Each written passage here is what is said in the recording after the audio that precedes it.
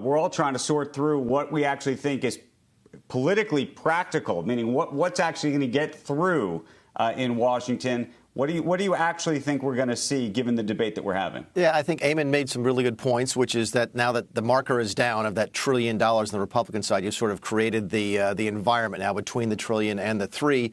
There is something that Eamon didn't mention that I've heard in Washington over the course of the last couple of days, which is the possibility of a smaller deal this week. Keep in mind, Congress is set to go on recess at the end of this week, and it is typical that they will rush to get stuff done before that vacation, that time back in the district. This is especially true in an election year because while not much campaigning goes on in August, there are some big state primaries in August. So they really do want to get back and get stuff off of the table here in Washington, D.C. so they can have that whole month of August. So there may be some discussion, discussion this week about doing a smaller package this week and then doing something else right when they get back at the end of September. So what I've heard is possibly dealing with a little bit of the unemployment insurance this week, maybe a little bit of liability, but then leaving the larger package till early September. So when we maybe call it a slim deal, but if it was a slim deal, what do we think that would be worth? Are we talking about $500 billion, $1 trillion? I mean, these are still big numbers. Yeah, you sort of lose track after a while. I mean, I was doing the math in my head as you guys were running through the $1,200 check per family or per person. You could give that to 100 million people, which they're never going to do, and that's still only $120 billion, I think, if I'm doing the math right in my head. So when you're spending $1 trillion, there's a lot of money left over for other things. So it's hard to say how big the package might be in terms of dollars. I think what you're looking at this week is what can they get done in terms of the policy.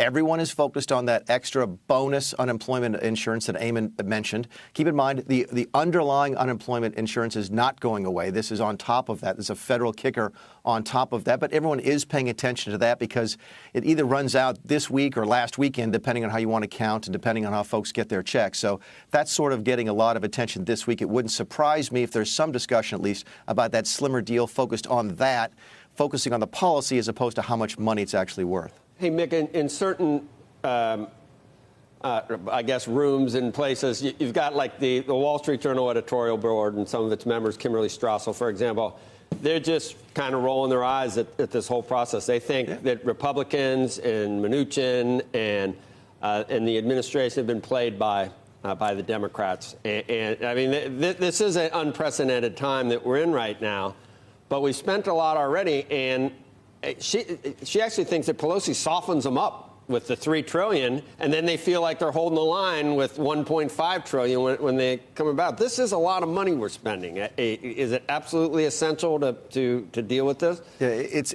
just an astounding amount of money. Keep in mind that the budget of the United States every single year is less than $1.5 trillion. We spend about $4 trillion, but most of that is Social Security and Medicaid. The stuff that we actually budget is about $1.2, $1.3 trillion.